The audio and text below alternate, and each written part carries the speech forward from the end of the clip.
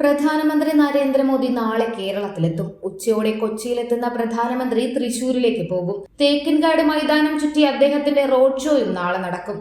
Road ഷോയ്ക്ക് ശേഷം മഹിളാ സമ്മേളനത്തിൽ പ്രധാനമന്ത്രി സംസാരിക്കും.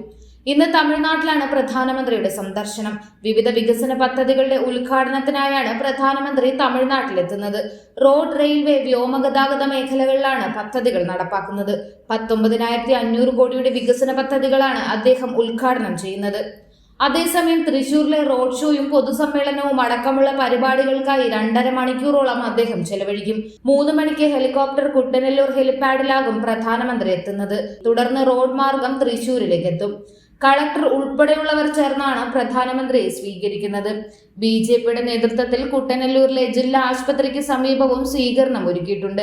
3:30 സ്വരാജ് റൗണ്ടിൽ എത്തുന്നത് മുതൽ നായ്ക്കനാലിലെ സമ്മേളന വേദിയിലേക്കുള്ള 1 കിലോമീറ്ററിലാകും റോഡ് ഷോ നടത്തുക. 4:15 പൊതുസമ്മേളനം ആരംഭിക്കും. കേന്ദ്രമന്ത്രിമാരും ദേശീയ നേതാക്കളും അണിനിരക്കുന്ന വേദിയിൽ സുരേഷ് ഗോപിയും ഉണ്ടാകും. 5:30 പ്രധാനമന്ത്രിയുടെ മടക്കയാത്ര. പ്രധാനമന്ത്രിയെ വരവേൽക്കാൻ ഒരുക്കങ്ങൾ പൂർത്തിയായി കഴിഞ്ഞു. 2 മണിക്കൂറോളമാണ് അദ്ദേഹം തൃശൂരിൽ ഉണ്ടാവുക.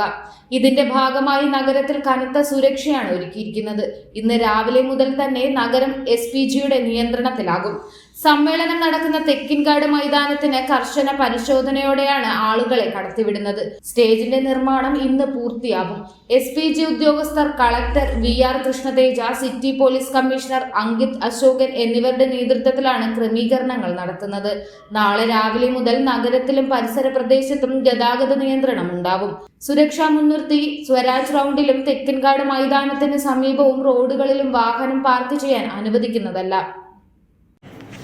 കൂടുതൽ വാർത്തകൾ അറിയുവാനായി ഈ ചാനൽ സബ്സ്ക്രൈബ് ചെയ്ത് ഫോളോ ചെയ്യുക.